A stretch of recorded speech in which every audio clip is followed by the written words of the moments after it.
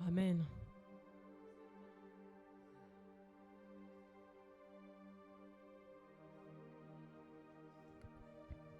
Le Seigneur a donné l'intelligence de gérer.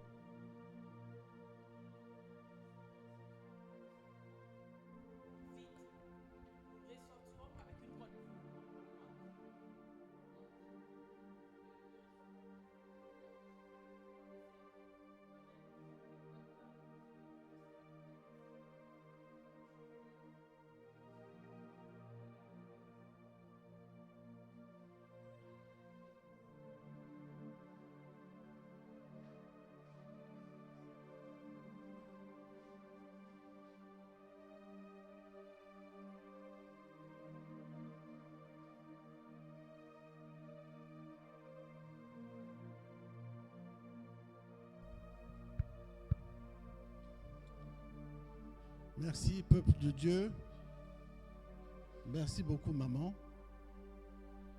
Je remercie infiniment maman et papa qui n'est pas là, mais il est parmi nous. Je les remercie pour m'avoir choisi pour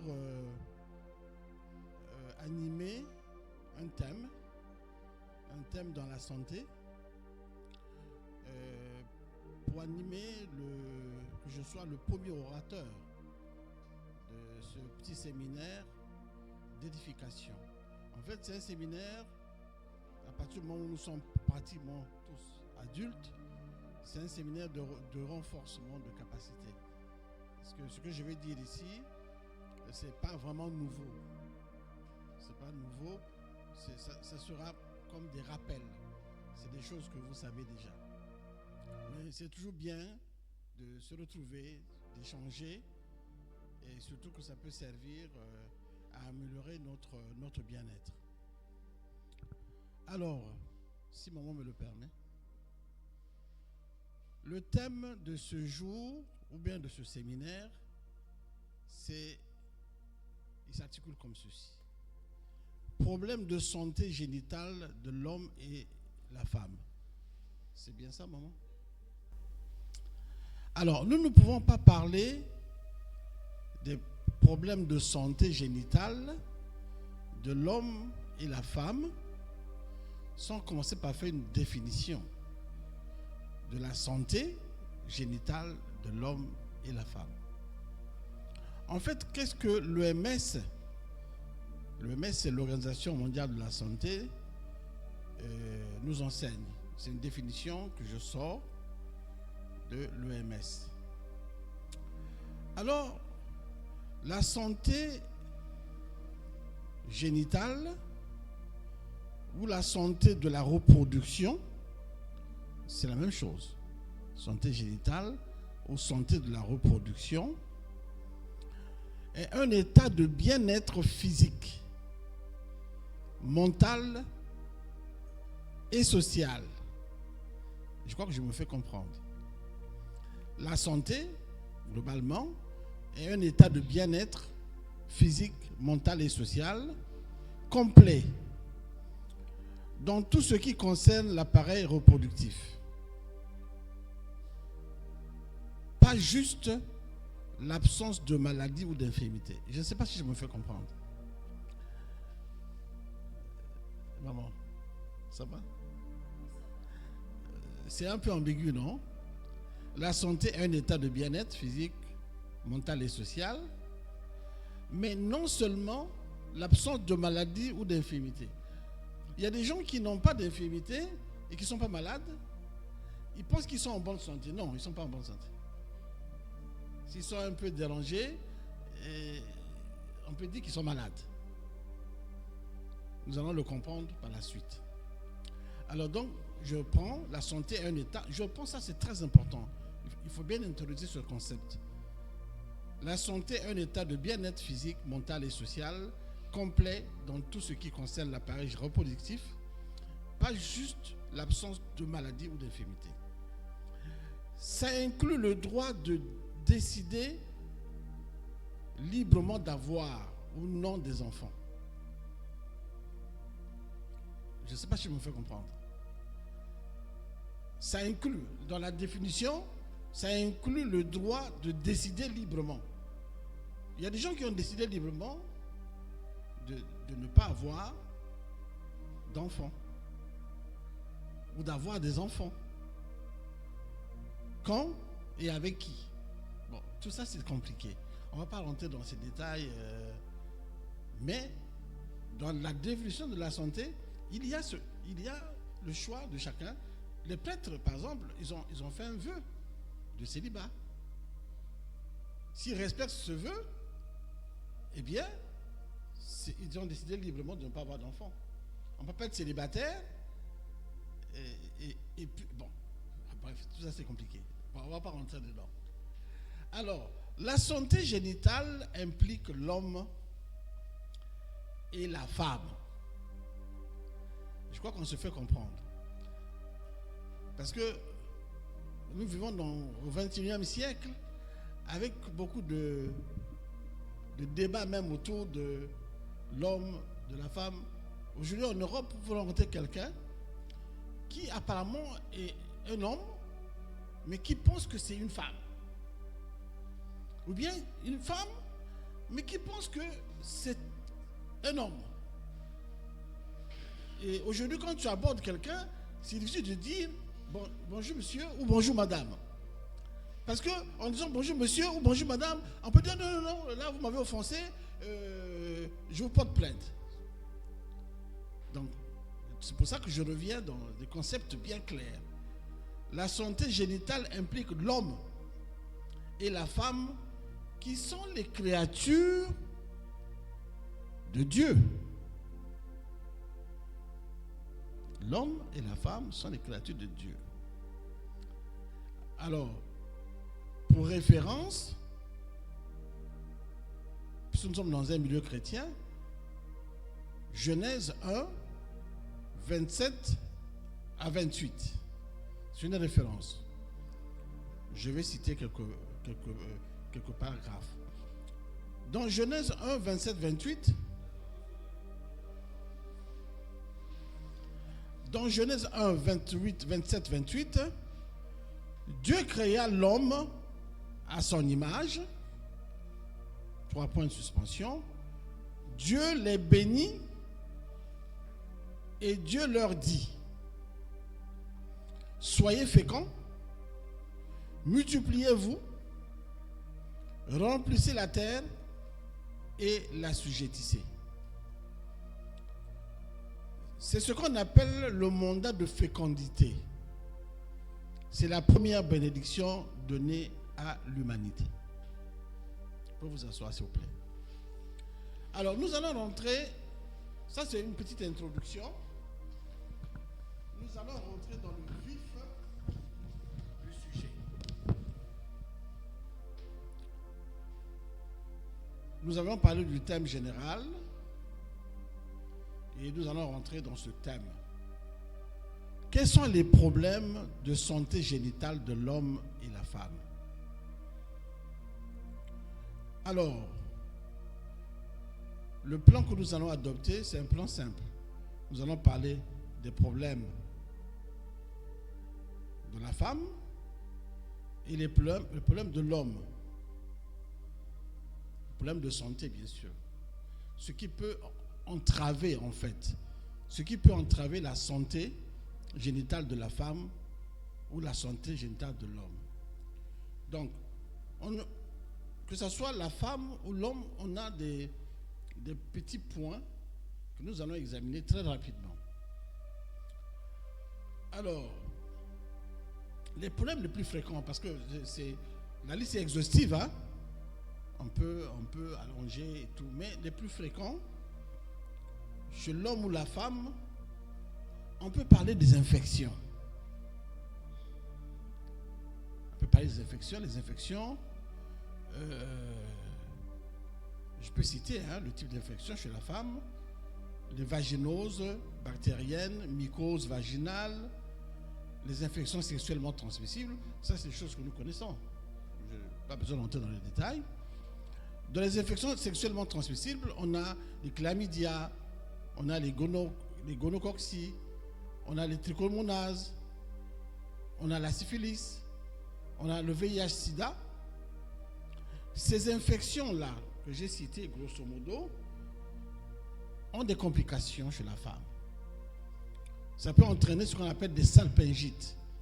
Les salpingites, en fait, ce sont les infections de l'appareil génital de la femme. Mais la salpingite elle-même peut entraîner une stérilité chez la femme. Une femme qui est exposée aux infections génitales ou urogénitales à répétition, qui ne sont pas bien traitées, peut développer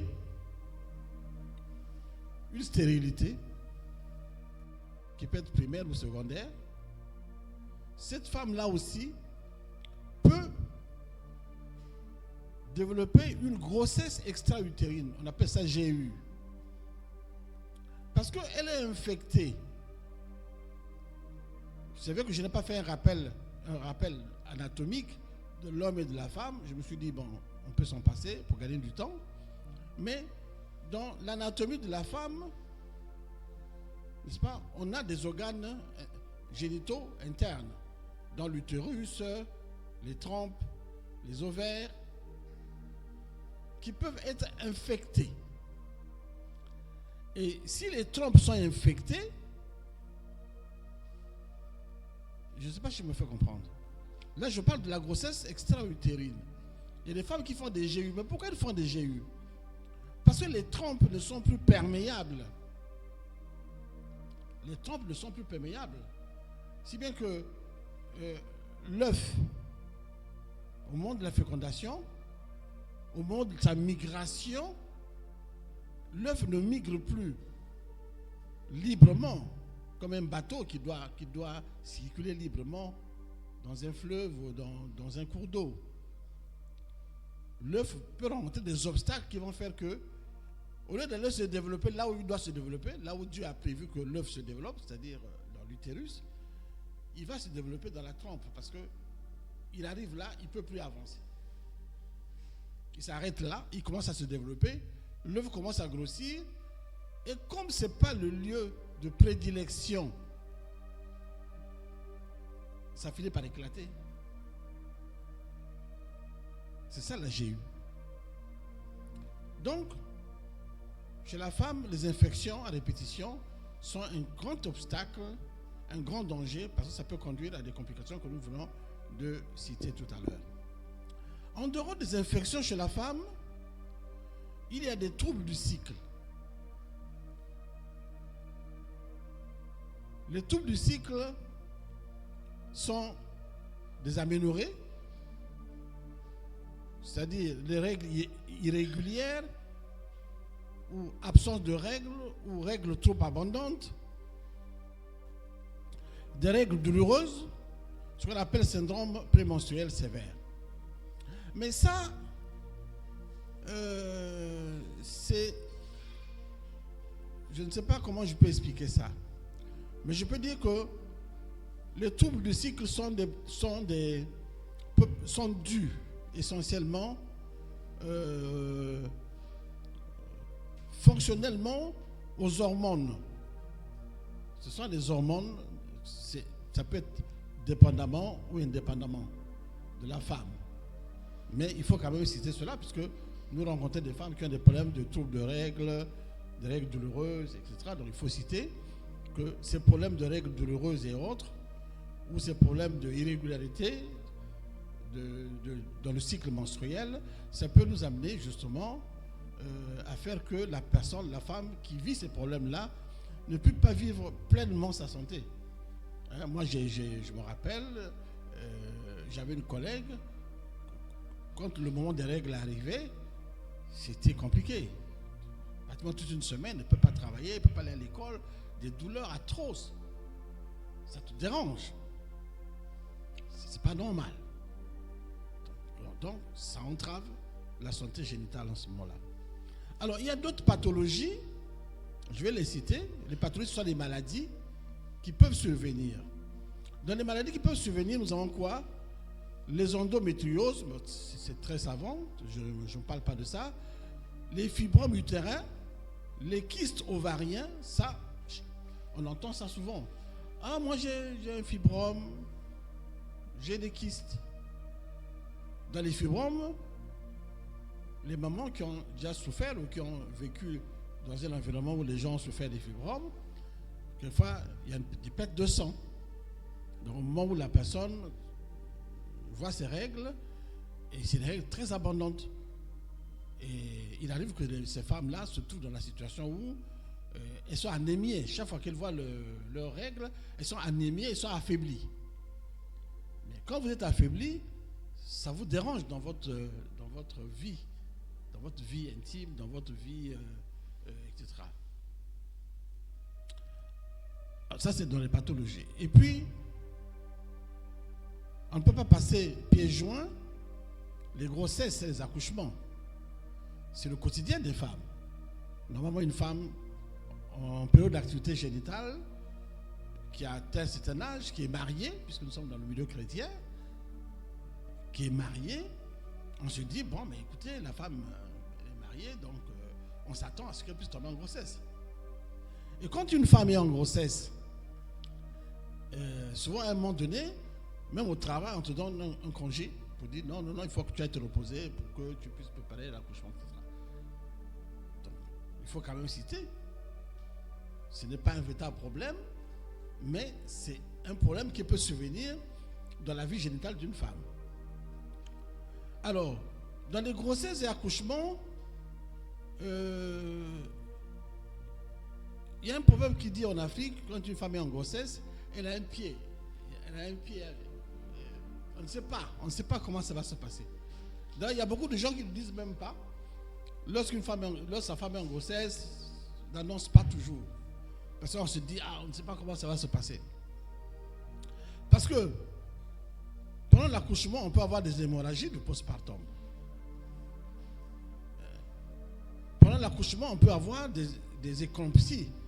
Je ne sais pas si vous avez déjà entendu parler de ça. Les éclampsies, c'est quoi? C'est un syndrome vasculaire rénal. Un syndrome vasculaire rénal qui fait que une femme qui va accoucher, pendant l'accouchement, elle fait de la tension artérielle. Et il y a des femmes qui perdent leur vie parce qu'elle fait des crises convulsives. Et c'est des syndromes éclampsiques ou pré-éclampsiques. Il y a des infections de postpartum aussi. Et puis pour les femmes très âgées, il y a des fistules obstétricales. Les femmes qui ont fait beaucoup d'enfants, elles peuvent avoir à force de beaucoup pousser, on peut avoir un prolapsus. C'est-à-dire les organes descendent un peu plus et on peut avoir des pertes d'urine. Elles sont obligées de porter des couches et tout pour ne pas être désagréables. Donc tous ces problèmes-là, ce sont des problèmes. Ce sont des problèmes de santé génitale chez la femme. Donc on a parlé de prolapsus, on a parlé d'incontinence urinaire, on a parlé d'infertilité. Parce qu'avec des infections urinaires, des infections urogénitales, on peut avoir une infertilité, une stérilité. On peut avoir des cancers du col, du sein ou des ovaires. Ce sont des problèmes que les femmes peuvent rencontrer. Donc, je ne sais pas si si on a bien saisi, surtout pour ceux qui viennent d'arriver. En fait, on a dit que dans le plan que je suis en train de suivre, j'ai commencé par parler des problèmes génitaux qu'une femme peut rencontrer. On a cité les infections dont les complications peuvent entraîner les stérilités ou les grossesses extra-utérines, les GU. On a parlé de troubles de cycle chez la femme, des règles douloureuses. On a parlé de pathologies comme les fibromes ou des kystes ovariens qui sont rencontrés. On a parlé des grossesses avec leurs problèmes, parce qu'une grossesse peut se terminer par un accouchement normal. Une grossesse peut se terminer par des problèmes hémorragiques. Une grossesse peut se terminer par des problèmes éclampsiques. Une grossesse peut se terminer par des fistules. Et il y a des femmes qui perdent même leur vie au moment de l'accouchement.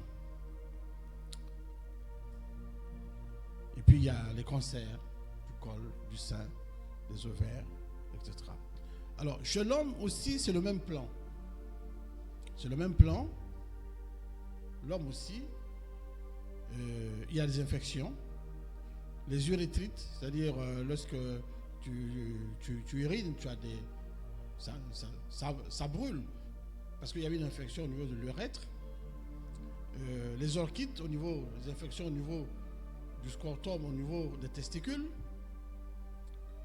Et chez l'homme aussi, on peut avoir des infections à VIH-Sida. Et les complications de ces infections, ça peut entraîner aussi une infertilité. De même que chez la femme, les infections à répétition peuvent entraîner une infertilité, une stérilité. Chez l'homme aussi, qui est exposé à des infections à répétition, il peut être exposé à une infertilité. Il y a des troubles fonctionnels chez l'homme. Le trouble fonctionnel, c'est quoi? Les dysfonctionnements érectiles. Je ne sais pas si je me fais comprendre. Physiologiquement, un homme, bon, je ne sais pas comment expliquer ça. Bon, mais je veux dire que on a des troubles fonctionnels. Un homme peut, suivant son âge, suivant ses habitudes, suivant un certain nombre de choses, peut fonctionner normalement, peut avoir des érections. Bon, parlons franchement, là on est grands. Peut avoir des érections, comme il peut ne pas avoir des érections. On appelle ça dysfonctionnement érectile. Un homme peut avoir des éjaculations précoces ou des éjaculations retardées.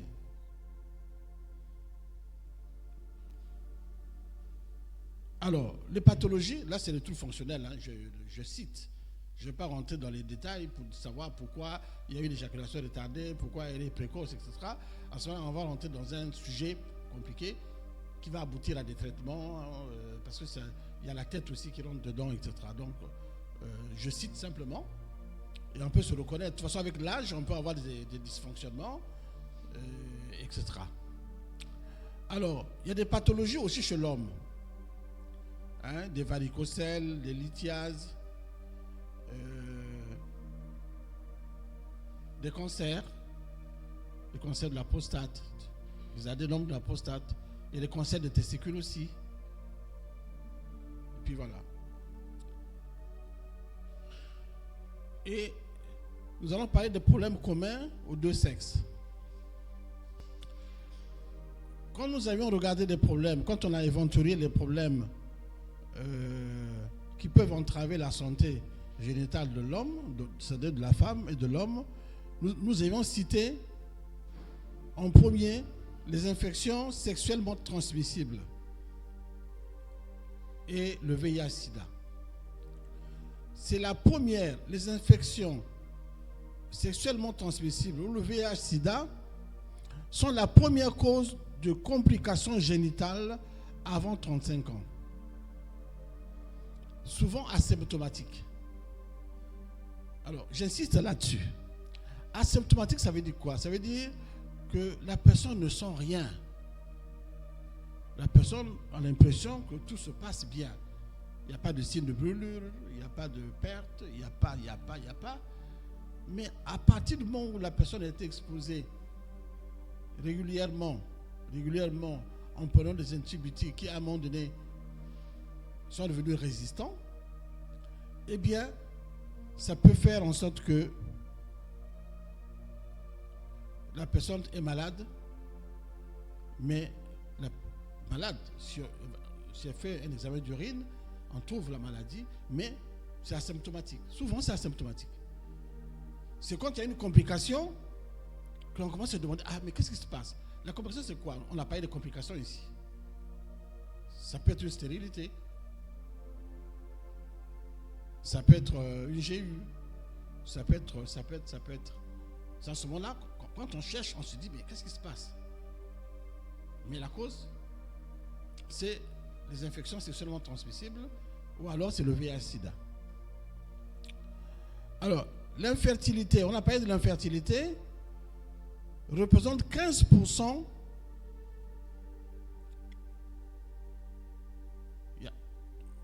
Quand on prend l'échantillon des couples, il y a au moins 15% des couples qui n'arrivent pas à avoir d'enfants.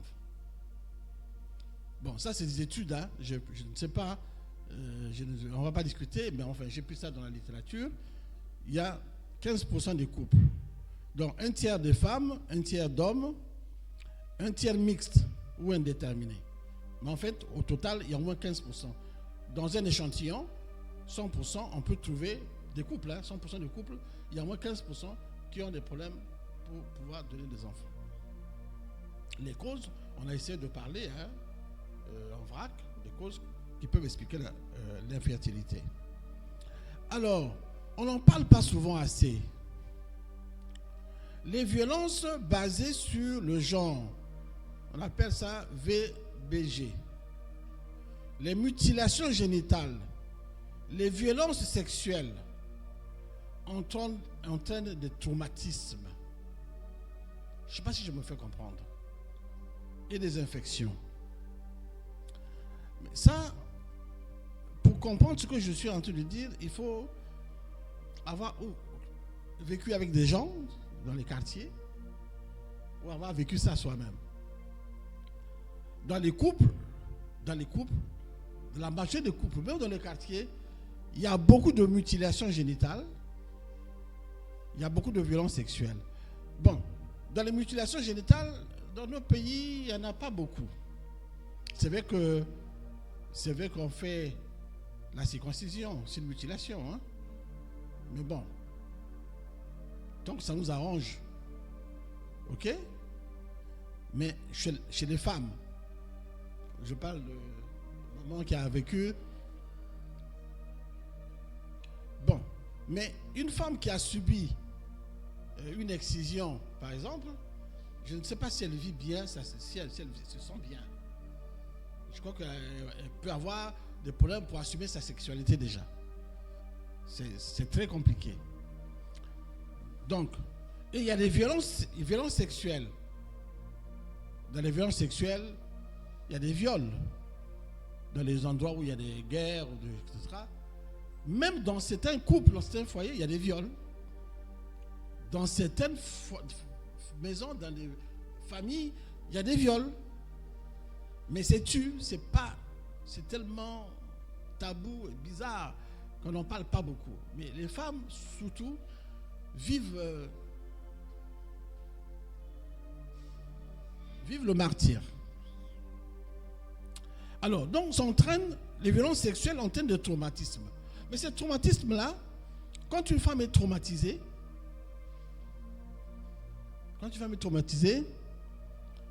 elle peut se trouver dans une situation où, je ne sais pas si vous avez entendu parler de frigidité.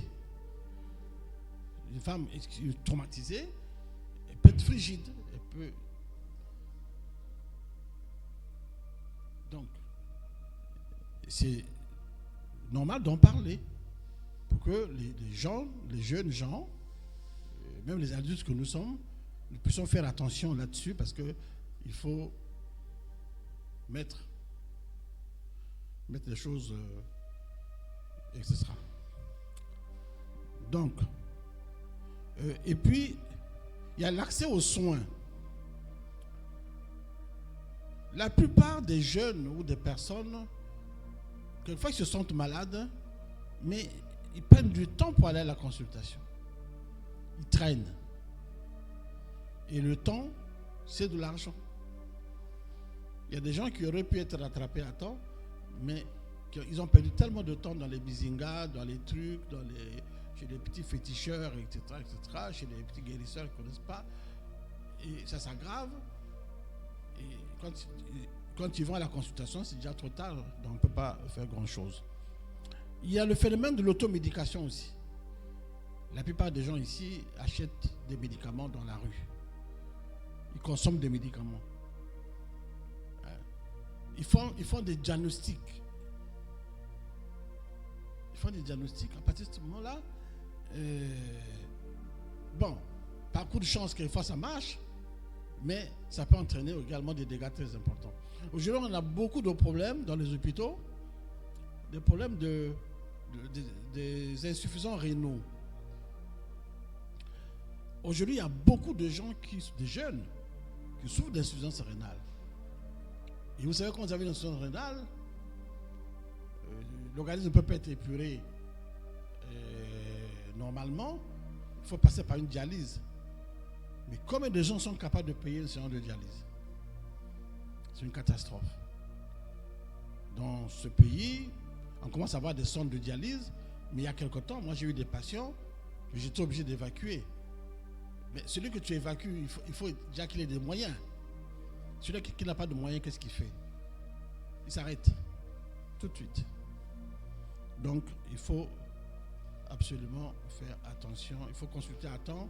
Il ne faut pas prendre des médicaments. Alors, on va poursuivre. Je voulais parler des rapports sexuels non protégés.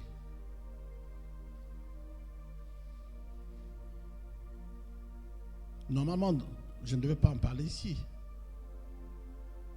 Mais j'en parle quand même parce que nous sommes en vie dans un environnement, on est tous exposés.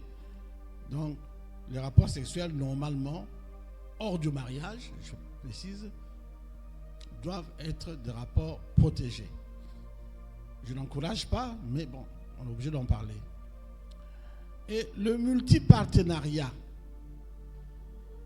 normalement, si nous voulons éviter les infections urogénitales qui causent beaucoup de dégâts, nous devons absolument éviter avoir des rapports protégés.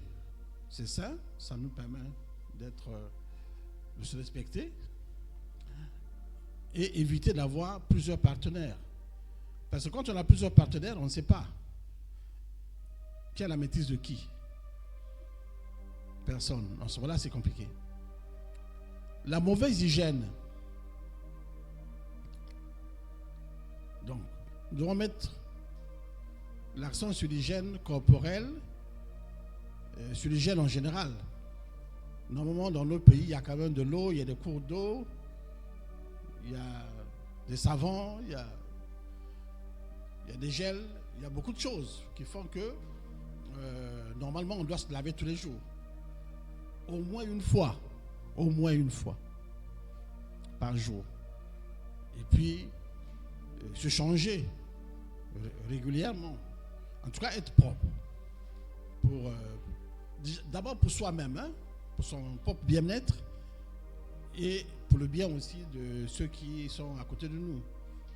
Donc, voilà, la mauvaise hygiène, le tabac, l'alcool sont des facteurs. Normalement, l'alcool n'est pas tellement conseillé.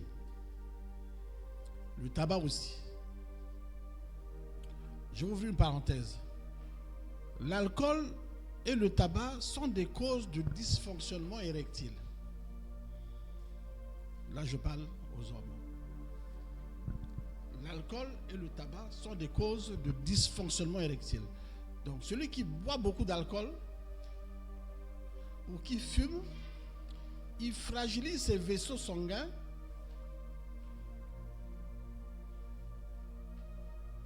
et ça peut faire en sorte que ça peut entraîner à une impuissance sexuelle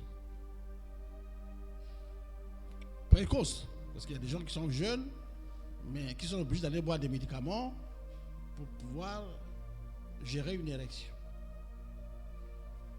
Alors que jusqu'à un certain âge, on peut avoir une érection normale. Donc l'alcool et le tabac, au début, mais à un moment donné, ça agit sur la libido. Donc il faudrait qu'on fasse attention là-dessus. Et puis, début de sexualité précoce. Le début de sexualité précoce nous expose à beaucoup de problèmes. Donc, faisons attention. Faisons en sorte que Il faut au moins atteindre la majorité. Il faut au moins atteindre, je ne sais pas, je ne sais pas ce que la Bible dit, mais il faut atteindre quand même au moins 18 ans. Parce que imaginons qu'un enfant parce que maintenant avec ce qu'on mange là, un enfant de 15 ans peut donner 15 ans, 16 ans, peut faire un enfant. C'est pas vrai? Mais si vous avez 15 ans, vous faites un enfant. Si vous n'êtes pas encadré, vous vous rendez compte que c'est vraiment une catastrophe. Vous avez 15 ans, donc vous êtes encore un enfant. Et vous faites un enfant. Excusez-moi, c'est un peu compliqué. Non, il faut attendre. Je crois qu'il faut être patient. Il faut être patient. Il faut être patient. Chez les Ouest africains, pour éviter les histoires dont je viens de parler, multipartenariat, machin, on fait marier tôt, je pense. Comme ça, on s'est dit, bon, on gère. On vous met ensemble là. Comme ça, vous n'allez pas chercher ailleurs. Bon, est-ce que ça marche? Je ne sais pas. Et puis, le manque de dépistage. Normalement, tous les ans, un homme doit faire un petit bilan pour savoir son taux de sucre, voir sa tension artérielle, faire un dépistage contre le sida aussi, pourquoi pas. Il y en a qui vont se faire des scarifications. C'est pas tout sexuellement, hein. Il faut qu'on s'entende bien. Il y en a qui vont se faire des scarifications dans les quartiers. Et il y en a qui ont eu des piqûres. C'est toujours bien de savoir, connaître son statut sérologique. Donc, il faut toujours faire ces dépistages. Quand on a un petit problème, il faut aller à l'hôpital. Un bon hôpital général ou dans les bonnes cliniques. Ça coûte un peu d'argent, mais il faut faire un effort. Okay. Alors, je ne sais pas. De toute façon, je vais donner la parole tout à l'heure, puisque ça sera. C'est un échange, hein? C'est un échange. Mais donc, je vais terminer. Les points clés pour la santé publique, de tout ce que j'ai dit là, la majorité de ces problèmes que j'ai énoncés tout à l'heure sont évitables. Tout ce que je viens de dire, les infections, la germe banale, la germe spécifique, infection à VIH-Sida, certaines pathologies, etc., c'est évitable. C'est évitable. C'est prévenable. On peut prévenir. Il y a des choses qu'on peut prévenir. On a parlé ici de rapports sexuels protégés ou non protégés. On a parlé de problèmes de multipartenariat. Donc, on peut éviter d'être exposé. On peut éviter d'être exposé. Donc, prévenable par l'éducation. On a parlé de préservatifs. On a parlé de dépistage. Il y a même la vaccination. Vaccination contre l'hépatite. Vaccination contre le virus papillomavirus. Il y a une vaccination qui existe. Et etc., etc. Donc, je crois que j'ai été exhaustif. Le thème, il est vaste. C'est pour ça qu'au moment a prévu 3 jours. Moi, je n'ai fait qu'une introduction. Et j'ai essayé de citer les problèmes que peuvent rencontrer les hommes, les problèmes que peuvent rencontrer les femmes. J'ai cité. Je ne suis pas rentré en profondeur. En fait, c'est une sensibilisation. Les prochains orateurs, je pense, vont rentrer en profondeur d'un sous-thème ou d'un autre sous-thème. Donc, je suis à votre disposition pour des questions éventuelles. Je vous remercie.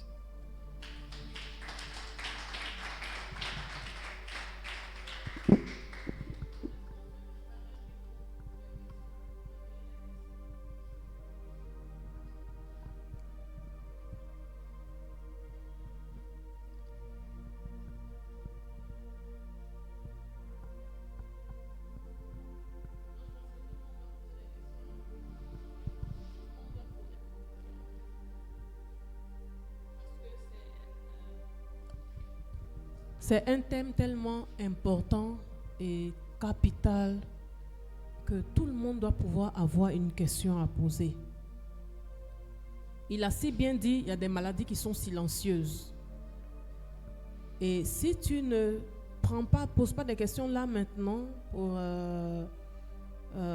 mieux t'équiper, tu peux être surpris par ce qu'on appelle une maladie incurable. Parce qu'à force de résister dans ton corps, de rester dans ton corps, ça prend une autre forme. Alors, nous sommes là, aimons les enseignements, peuple de Beth-Salel, aimons les enseignements. Mais c'est peut-être parce que ça touche l'intimité que les gens sont... Église. Les gens sont calmes. Il a parlé de beaucoup de choses. On va parler en français terre à terre pour que tout le monde puisse comprendre. Parce que lui, c'est un docteur. Les docteurs ont des thèmes difficiles. Il dit de ne pas se déchirer la peau. Parce qu'en se déchirant la peau, ça c'est le travail de la jeunesse. Beaucoup de jeunes aiment faire ça. Moi j'ai vu des jeunes le faire. Souvent d'autres le font par alliance. Non, je t'aime, c'est un signe que je t'aime. Vous prenez la lame, vous vous déchirez. Il y a des maladies que vous pouvez contracter par ce genre de pratique-là. Donc ce n'est pas à faire. Alléluia. Maintenant, moi je vais poser la question pour vous tous, pour vous aider vous tous. Je vais poser directement la question au docteur. Docteur,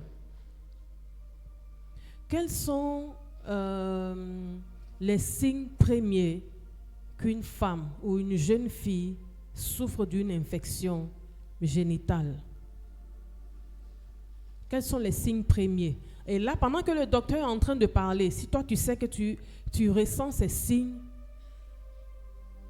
il faut préparer une consultation. Je parle à quelqu'un, tout le monde m'entend, non? Prépare-toi à une consultation. Et quand je dis prépare-toi à une consultation, il a si bien dit tout à l'heure, il y a l'hôpital général pour tout le monde. Alléluia. C'est pas parce que c'est le docteur qui donne cet enseignement que tu reconnais ces signes et que tu ailles à sa clinique sans de l'argent, s'il vous plaît. Église, on est correct, non? Parce que si c'est fait, ça va tomber dans nos oreilles, on va entendre. Donc ne faites pas ça. Alors docteur, donc quels sont les signes qui montrent à une fille ou à une femme qu'elle souffre d'une infection quelconque? Les premiers signes. Merci maman. En fait, lorsque j'ai exposé tout à l'heure, j'ai parlé des infections qu'une femme peut avoir. Alors, une femme peut avoir une vaginose bactérienne. Dans la vaginose bactérienne, la femme peut avoir des pertes blanches et des pertes qui peuvent sentir, qui peuvent avoir des odeurs assez fortes.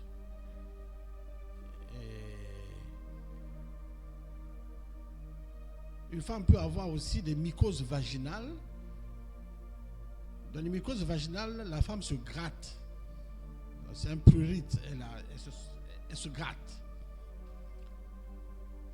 C'est ce qu'on appelle mycose vaginale. Il y a des femmes qui peuvent avoir des gonocoques. Mais dans le cas des gonococcies, les femmes sont longtemps asymptomatiques. La gonococcie, c'est le chaud de pisse. Hein? Les garçons, ils connaissent ce truc-là. C'est le chaud de pisse. Un garçon, dans les 24-48 heures, ressent rapidement l'écoulement. Ça fait mal quand il pisse, ça fait très très mal. Mais la femme qui l'a contaminé ne sent rien. C'est pour ça que quand quelqu'un vient comme ça à la consultation, on demande qu'il puisse amener sa partenaire. Parce que si on ne soigne pas sa partenaire, eh bien ça va continuer. Et j'ai dit que ces infections-là, les vaginoses bactériennes ou les mycoses vaginales, les infections sexuellement transmissibles, comme les chlamydia, les gonocoques, les trichomonases, la syphilis. La syphilis, c'est une maladie qui commence... excusez-moi, j'étais en train de parler. La syphilis, c'est une maladie qui commence à disparaître. Mais moi, quand j'étais jeune, j'ai rencontré beaucoup de cas de syphilis. Maintenant, il y en a très peu. Même les mamans qui vont à la maternité, on vous fait des BV. Les mamans qui ont déjà eu des enfants. Le BV, c'est pour dépister un microbe qui s'appelle le tréponème. C'est la syphilis. Et dans la syphilis, cliniquement, on voit le chancre. Il y a un chancre mou. Le chancre peut être au niveau des lèvres, chez les femmes. Chez l'homme, quelquefois, c'est au niveau du gland. Il y a un chancre. Et puis, il y a une adénopathie. Une adénopathie, motati, on appelle ça motati, au niveau de la cuisse. C'est la racine de la cuisse. Il y a quelque chose qui se forme là, qui provoque de la fièvre et ça fait très mal. On appelle ça une adénite inguinale. Donc, je ne sais pas si j'ai répondu à la question. Hein, je ne sais pas si j'ai vraiment répondu, mais je sais qu'il y a des omissions. En tout cas, les signes, c'est les écoulements, c'est des pertes, on se gratte, les prurites, ainsi de suite. Est-ce qu'il y a des pratiques naturelles, en fait, en cas de perte blanche chez les femmes ou en cas de début d'infection? Parce que nous savons que les infections, il y a plusieurs... Pardon, les pertes blanches, il y en a plusieurs types, il y en a plusieurs degrés, variant d'une couleur à une autre. Est-ce qu'il y a des pratiques naturelles, des traitements naturels pour mettre fin rapidement à ça? Bon, je ne veux pas d'abord parler de ça, je veux plutôt dire ceci. Il faut plutôt qu'on parle de prévention. Il faut qu'on parle de prévention. La prévention, c'est quoi? C'est l'hygiène. C'est être propre. Se laver avec de l'eau propre, avec le savon. Se laver proprement, etc. La prévention aussi, dans ce cas, pour éviter les infections, c'est avoir des rapports sexuels protégés, je l'ai dit. Si jamais on est tenté d'avoir un rapport sexuel qui n'est pas... C'est mieux qu'il soit protégé parce que le partenaire, on ne le connaît pas toujours. À moins d'être dans le mariage. Mais dans la rue, là, le partenaire, on ne le connaît pas. Et il faut éviter d'avoir plusieurs partenaires parce qu'on ne sait pas comment ça peut se passer. Bon, maintenant, je n'ai pas bien compris la question. C'est est-ce qu'on peut avoir des méthodes naturelles pour soigner? Bon, soigner. Non, quand on est malade, on est malade. Faut pas faire la pagaille.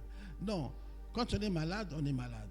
Une fois qu'on est malade, il faut aller se faire consulter.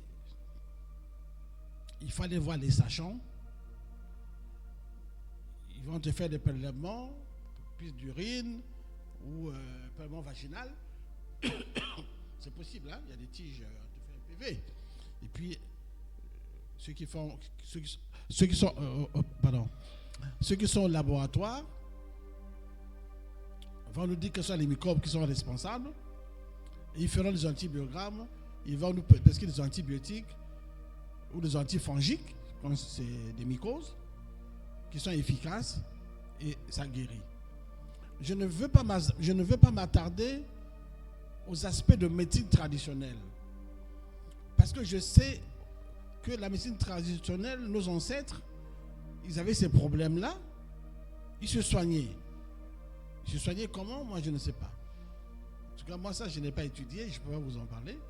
Tout ce que je peux conseiller, c'est que les gens soient propres, qu'on se lave au moins une fois dans la journée, qu'on change les sous-vêtements régulièrement.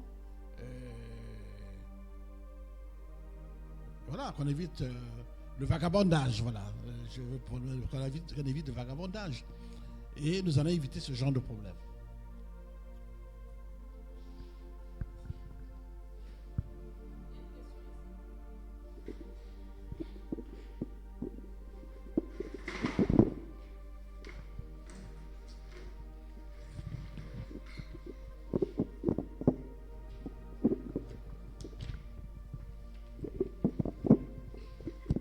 J'allais savoir, les règles douloureuses sont causées par quoi? Et est-ce qu'il y a un traitement pour ça ou bien ça se soigne? Merci. Non, les règles douloureuses, c'est... en fait, c'est fonctionnel. C'est fonctionnel. Le cycle de la femme, hein, vous savez, Dieu est merveilleux parce qu'il a créé l'homme, mais l'homme, pour qu'il puisse se mouvoir, il y a des mécanismes terribles.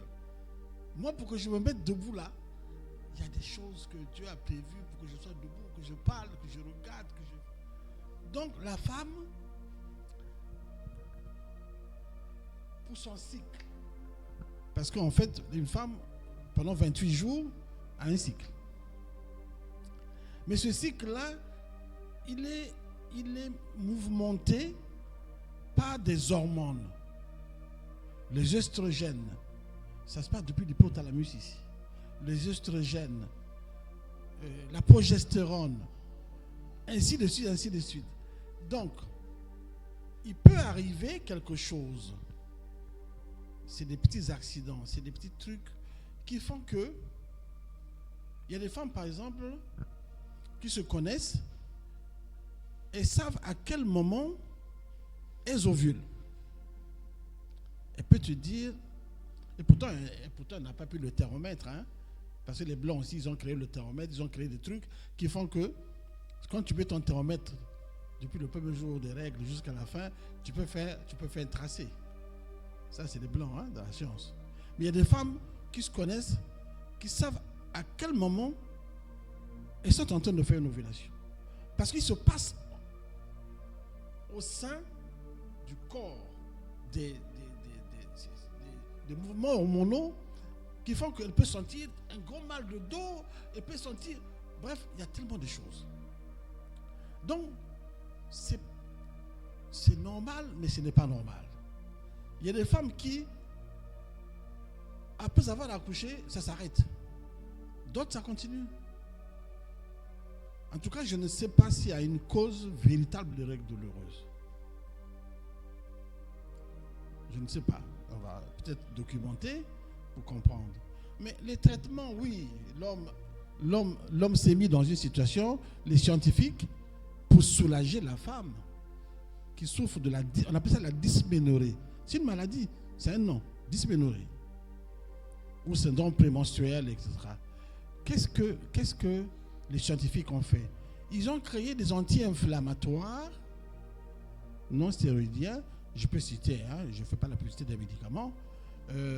Antadis, par exemple. Tu connais Antadis? Antadis. Bon, c'est un anti-inflammatoire.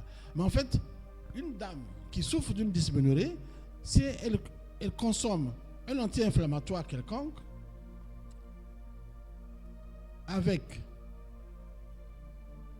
un autre médicament, par exemple le Spasfon, qui est un antispasmodique, ça peut calmer les douleurs, passer la période, parce que ça ne dure pas plus de 5 jours.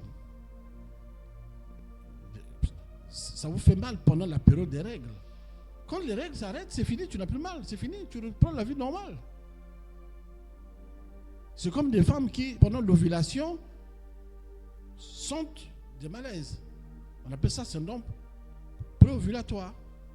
Mais ça, c'est rythmé par le mouvement des hormones. Les conférenciers qui viendront, peut-être qu'ils vont choisir un thème là-dessus.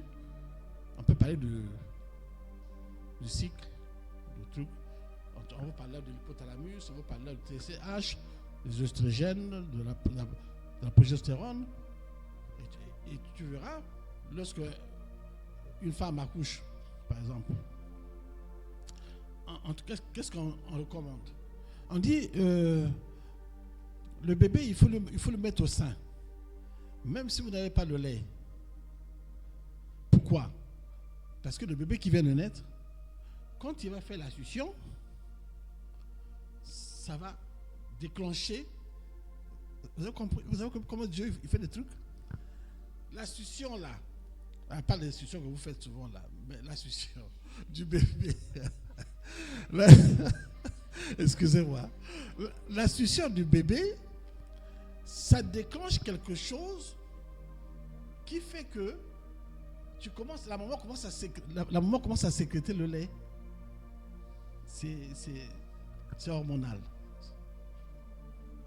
Merci.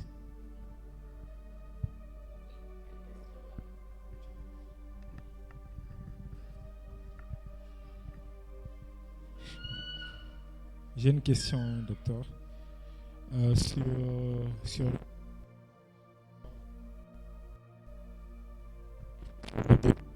que ce soit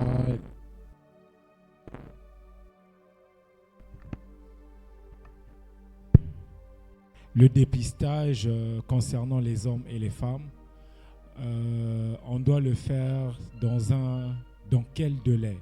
Un délai de 1 mois, un délai de 2 mois ou 3 mois? Parce qu'on peut bien avoir une bonne hygiène, mais si on n'a pas, par exemple, le délai nécessaire pour pouvoir se dépister, on peut aussi tomber dans ces infections. Donc, j'aimerais savoir quel est le délai de l'homme ou de la femme pour se faire dépister. Ok. Frère Yann, ta question est ambiguë. Il faut parler franchement. On se dépiste à tout moment. Si tu te sens bien, si tu es disponible, tu peux aller dans un hôpital demander de faire un bilan. Maintenant, je comprends la question que tu veux poser. Imaginons que tu as un rapport suspect. C'est donc quel délai, c'est ce que tu veux savoir ou pas? Si tu ne veux pas savoir ça, je n'en parle pas. Ben, si c'est de manière générale, il n'y a pas de délai. Il n'y a pas de délai? Non, maman. Peut-être, est-ce qu'avant de se mettre en couple, avant de se marier, c'est peut-être ça?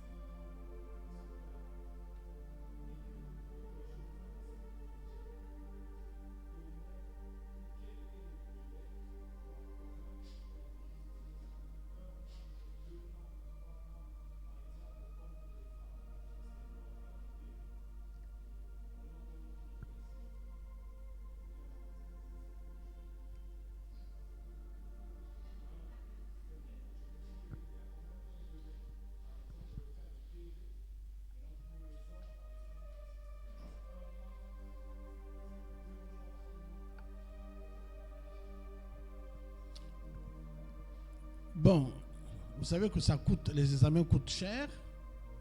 On n'a pas toujours d'argent.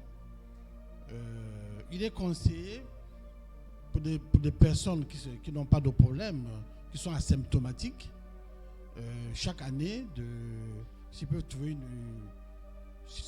trouver le temps, chaque année d'aller se faire dépister.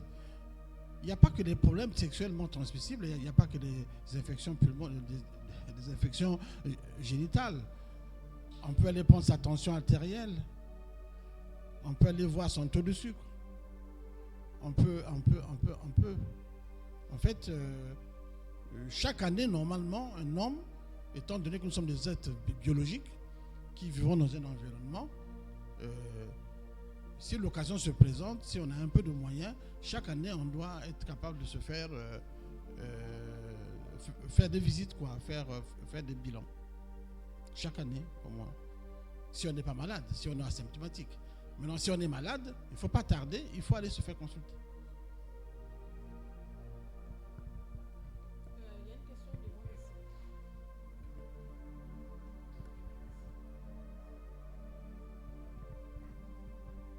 ici.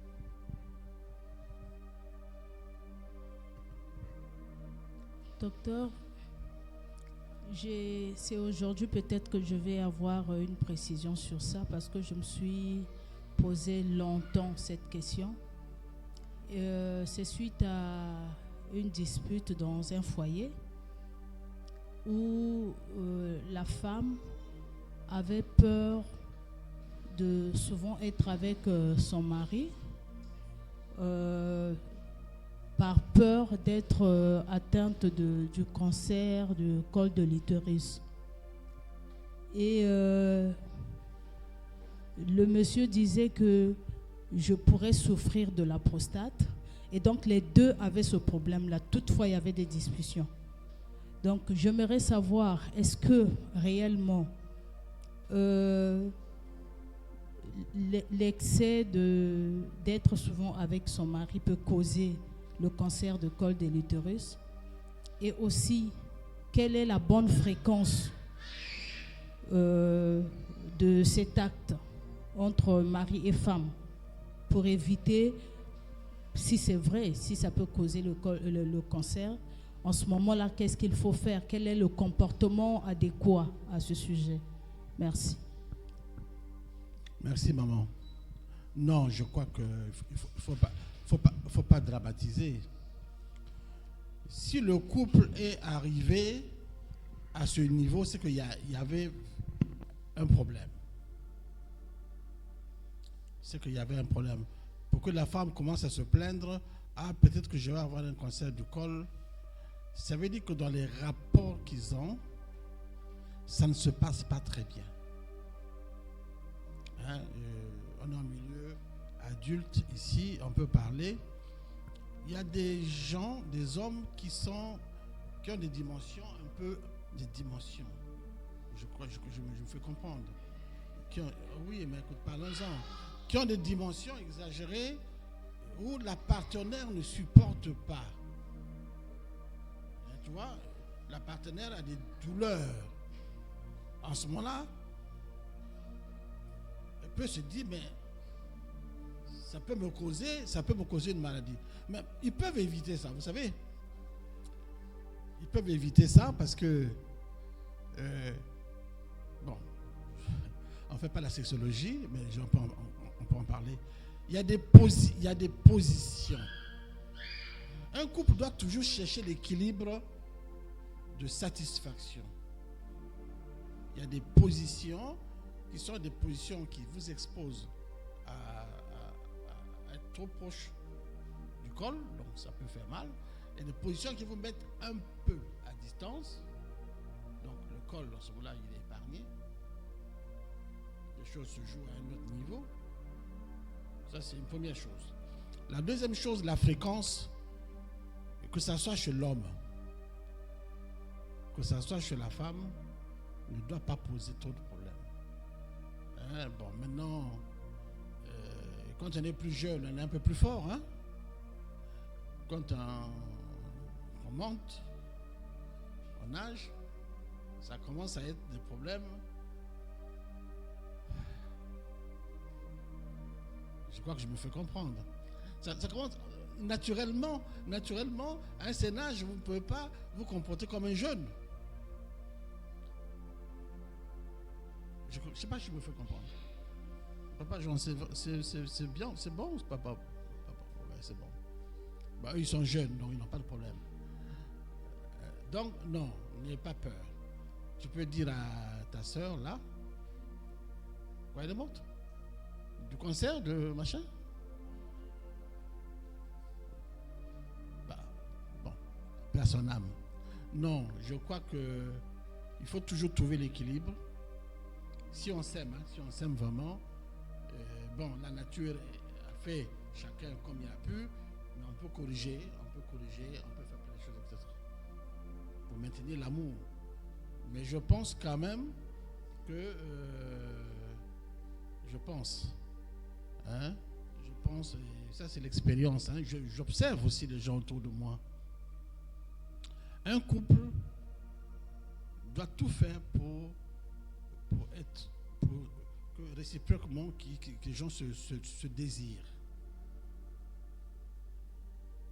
ça maintient un certain équilibre, ça maintient la paix. Je dis bien, ça maintient la paix, parce que nous avions parlé de traumatisme ici. Quand la tête, quand les personnes ne sont pas en paix, et ça fait des tensions dans la maison, ça fait beaucoup de choses, ça expose le conjoint ou les conjoints à sortir s'ils ne sont pas satisfaits, etc. Donc il faut toujours faire un effort d'être disponible quand c'est possible. Je pense, ça c'est mon point de vue. Mais les problèmes de prostate, on peut rentrer dedans.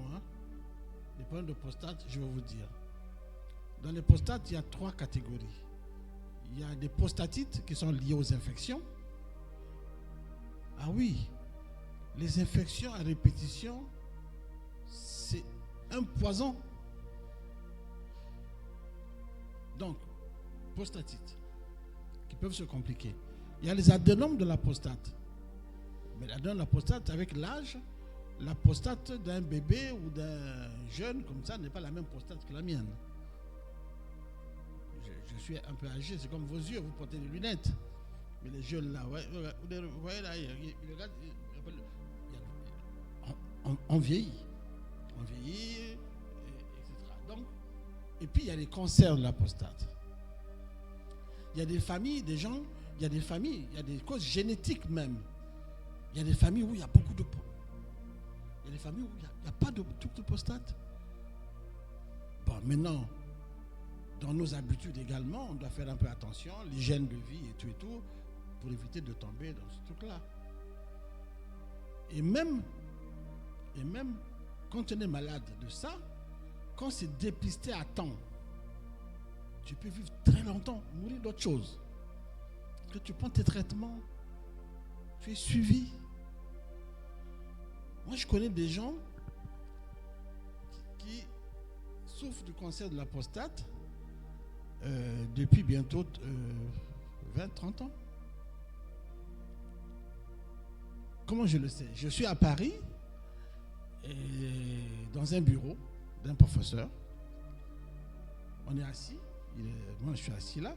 Je vois dans son mur des dossiers. Je lis un dossier de quelqu'un qui était connu ici dans le Congo. Je lis un dossier. Je sais que c'est l'ami. Je connais les relations.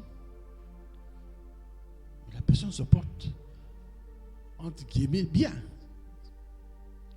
Suivi.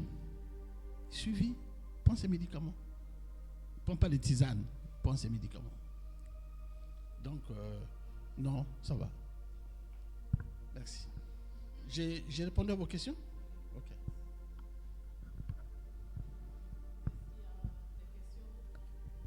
Moi, j'allais par contre demander quels sont les signes par lesquels un homme peut savoir ou un jeune homme peut savoir qu'il souffre de prostate.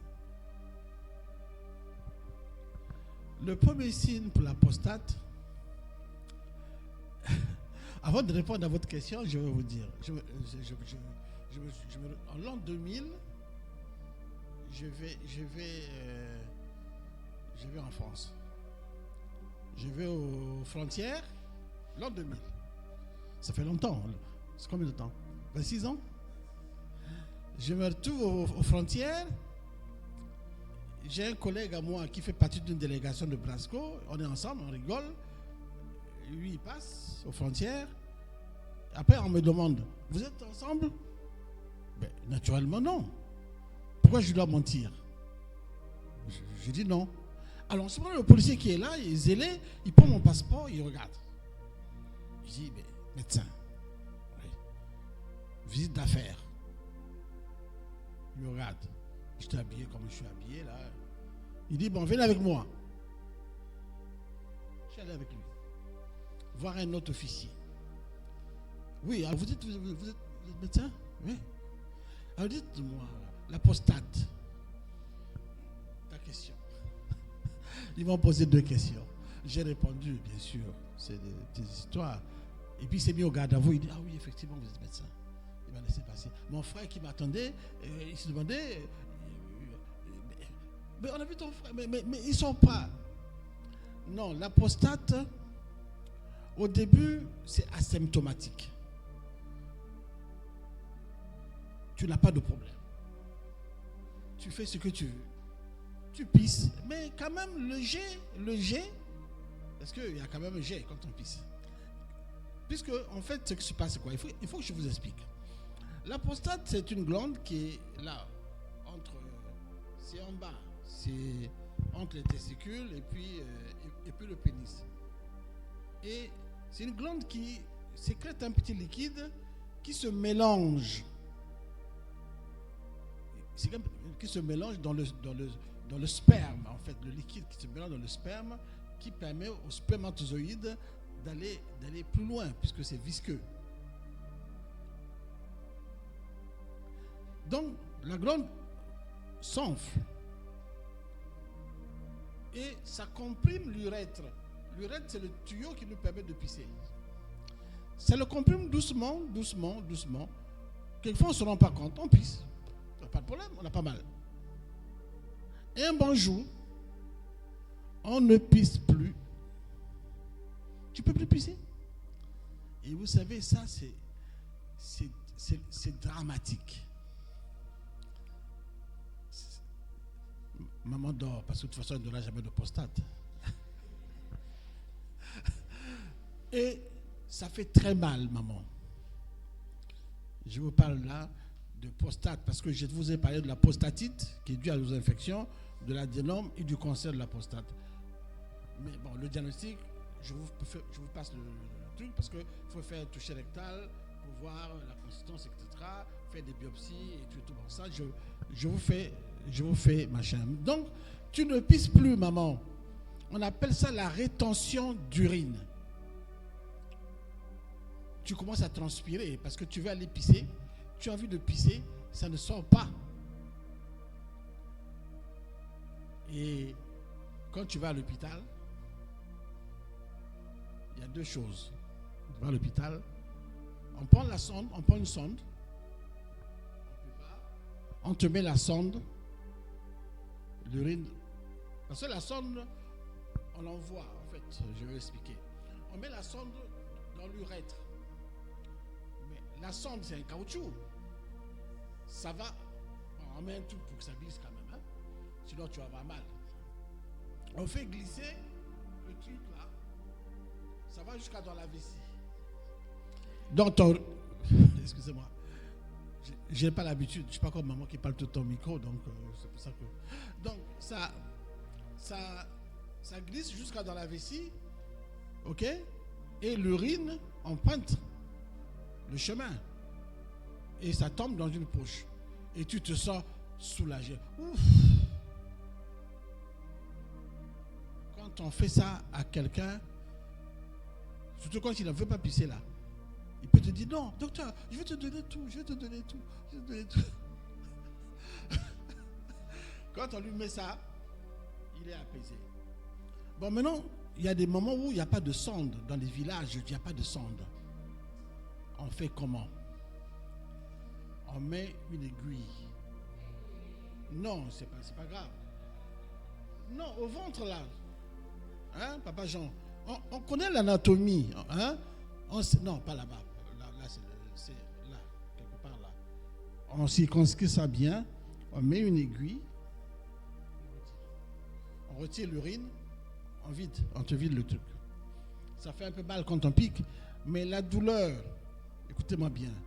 C'est comme une femme qui accouche. Hein. J'étais en train de rigoler avec une autre femme sur l'épisiotomie. Elle dit, ben, on lui a fait l'épisiotomie. Hein. Je dis, ben oui, la plupart des femmes, on leur met l'épisiotomie. Mais elles ne sentent pas. Parce que la douleur là, on appelle ça misongo. La douleur là, elle est forte. Donc quand on te met l'épisiotomie, tu sens seulement un peu d'air. Tu ne sens pas ça. Tu ne sens pas. C'est pour élargir, pour que le bébé sorte. Mais on le fait. Moi, je me rappelle quand j'étais plus jeune, j'étais en maternité, on te dit à maman, quand ça chauffe là, c'est à ce moment-là qu'on fait l'épisiotomie. On ne te va pas les l'échovésiotomie contre les ciseaux élevés. Ah non. Tu vas avoir mal, puisque c'est des ciseaux. On coupe. On coupe quelque part pour élargir. Mais on te fait ça quand tu as le misongo. Le misongo, ça fait tellement mal que quand tu te mets l'épisiotomie, tu ne sens pas. Tu sentiras lorsqu'on va te coudre. Si on ne met pas l'anesthésie, c'est là où tu vas sentir la douleur. Mais quand tu as fait ça, non. Tu sens seulement un peu d'air. Donc, il n'y a pas de problème. Hein? Donc, quand tu as ces douleurs-là, tu ne peux pas pisser. Quand tu te mets la piqûre, la douleur de vouloir faire pipi est tellement forte que tu ne sens pas la douleur. Tu ne sens pas la douleur. Dans les villages, c'est comme ça qu'on fait. Ponction subpubienne.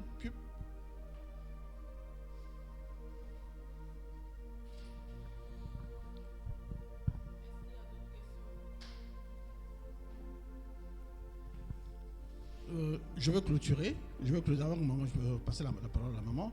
Non, je crois qu'on a bien discuté. On a échangé.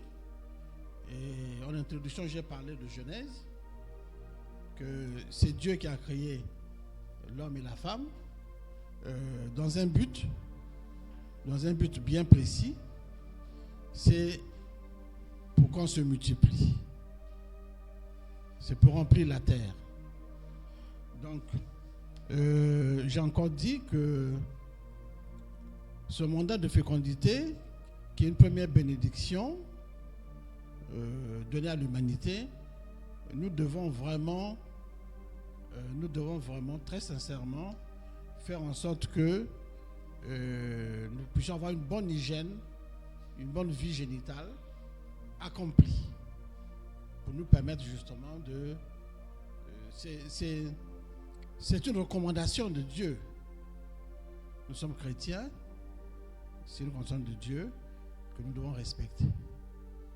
Donc la jeunesse, et même nous les adultes, nous devons faire très attention pour faire en sorte que nous puissions vivre pleinement notre vie génitale. Mais de préférence dans le couple, dans la famille. Évitons de nous éparpiller, évitons le vagabondage. Ça peut nous entraîner dans des problèmes beaucoup plus compliqués. Et puis, de temps en temps, lorsqu'on a des petits soucis, puisque nous sommes des êtres vivants, n'hésitons pas d'aller consulter les sachants. Je vous remercie.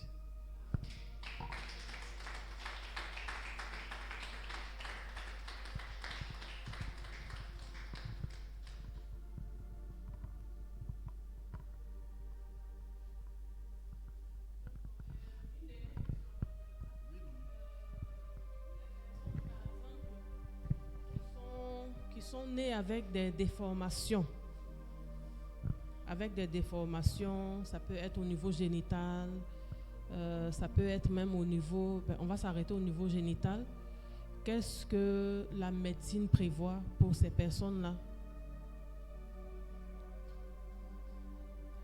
Qu'est-ce que la médecine prévoit pour ces personnes? Maman, vous parlez de déformation. Oui, déformation. Il y a des personnes qui ont des déformations au niveau des testicules, par exemple, j'en ai entendu parler. J'ai vu des enfants comme ça qui ont ce problème-là. Non, est-ce que ce sont des déformations? Ce sont des maladies. Ce sont des maladies. J'ai parlé tout à l'heure qu'au niveau testiculaire, on peut avoir des varicocèles. On peut avoir des orchiépédidymies, c'est des inflammations au niveau des testicules. On peut avoir des hernies. Toutes ces pathologies peuvent faire l'objet de traitements chirurgicaux. Ces enfants qui ont des déformations peuvent être opérés. Il y a la chirurgie pédiatrique. Il y a des gens qui sont spécialisés en chirurgie pédiatrique. Il y a des gynécologues, obstétriciens, il y a des urologues.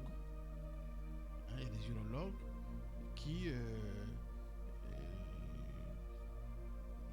peuvent opérer, qui peuvent corriger. Moi, je me rappelle, dans ma pratique, j'ai eu à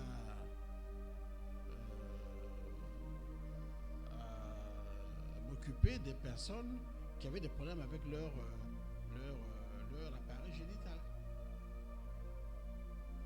Ça a été corrigé. C'est des gens aujourd'hui qui sont épanouis, qui ont des familles, qui ont des enfants. Mais au début, il y avait des petits problèmes, qui ont nécessité de la chirurgie.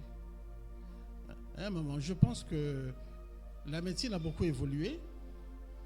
Et je dis bien, beaucoup évolué. Il y a même des plasties.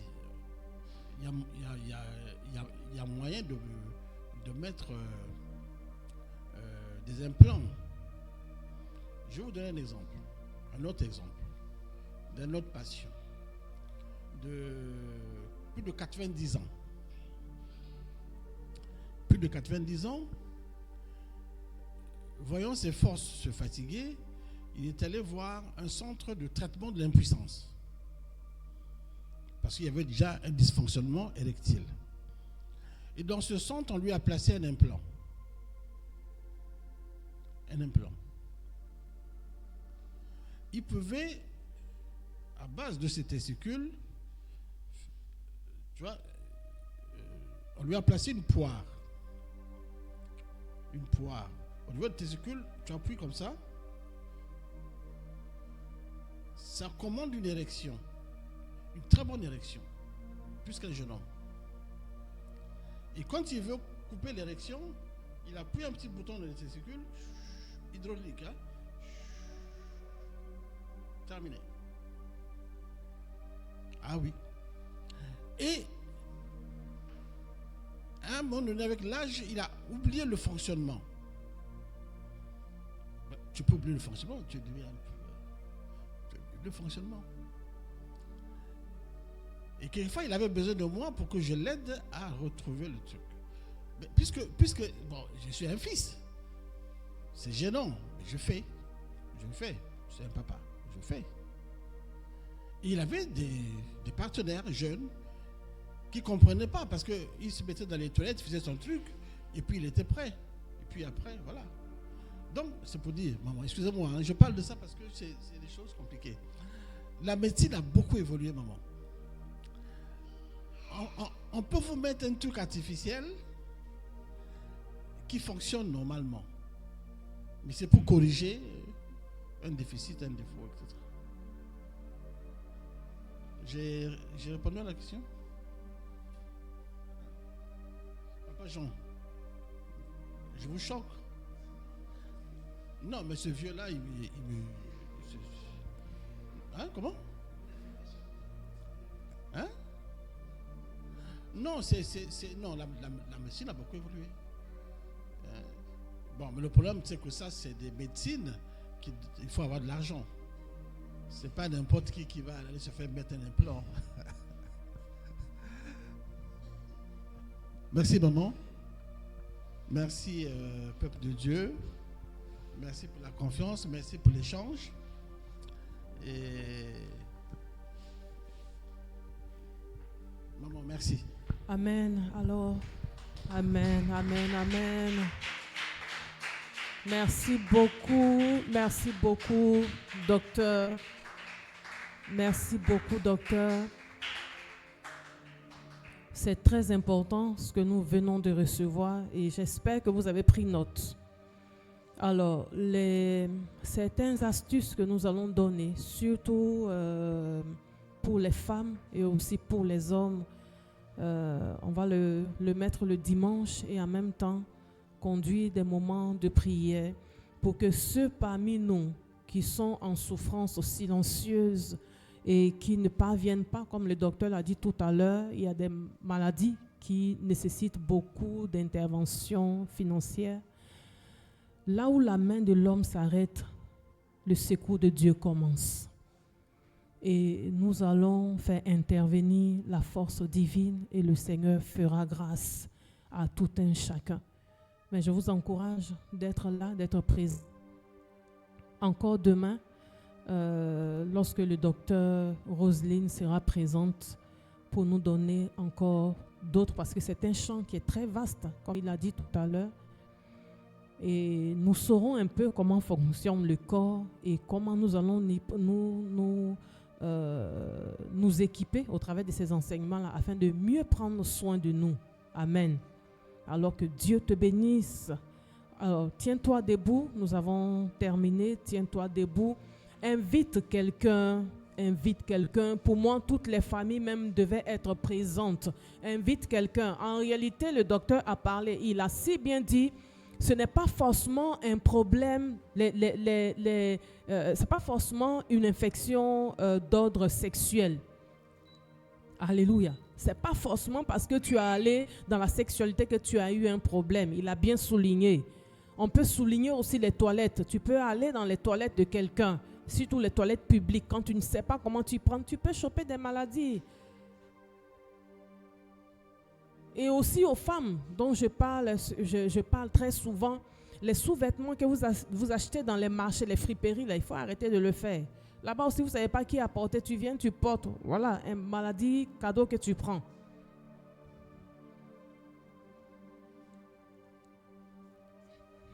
Nous venons t'élever, Adonai, et nous bénissons ton nom. Lève simplement la voix et dis merci au Seigneur pour ce que tu as reçu gratuitement. J'ai posé des questions à ta place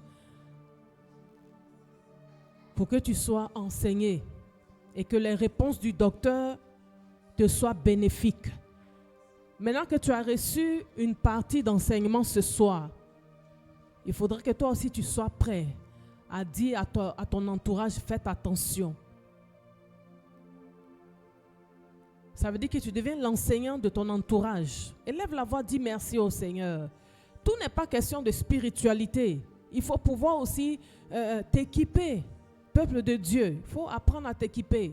Il faut aimer l'enseignement. Il faut aimer la formation. Il faut aimer se documenter. Il faut aimer poser des questions. Je ne suis pas un homme, mais je pose des questions pour vous. Poser des questions ne veut pas dire que tu es malade. Poser des questions veut dire que tu veux apprendre. Merci Jésus pour ta grâce.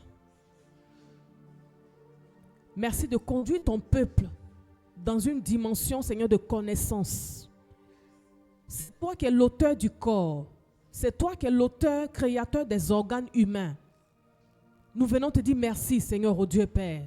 Et bénis ton serviteur que tu as utilisé, Éternel, puissamment pour conduire ton peuple à un niveau de compréhension, Seigneur, ce soir. Merci pour cet enseignement qu'il a donné, qui est un enseignement bénéfique. Maintenant, nous savons les signes de certaines maladies et tu donnes à ton peuple de pouvoir prendre soin de lui. Merci, Rabbi. Merci de nous conduire demain encore dans ta présence. Et merci encore d'être avec nous, Seigneur.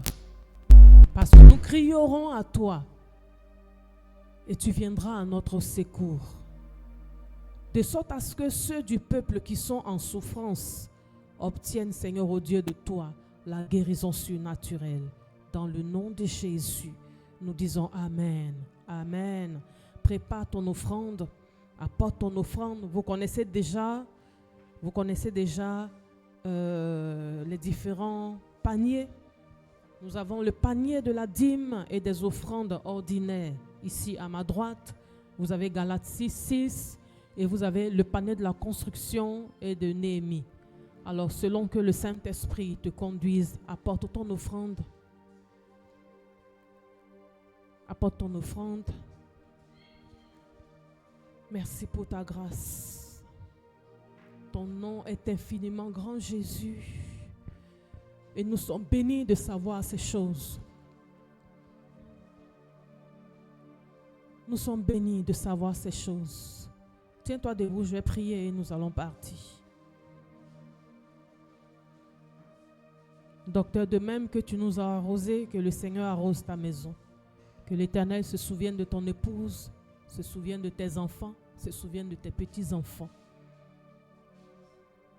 Parce que c'est un enseignement qui vient sauver, je suis convaincue, des vies, qui vient sauver des couples, qui vient sauver des foyers, qui vient sauver des familles.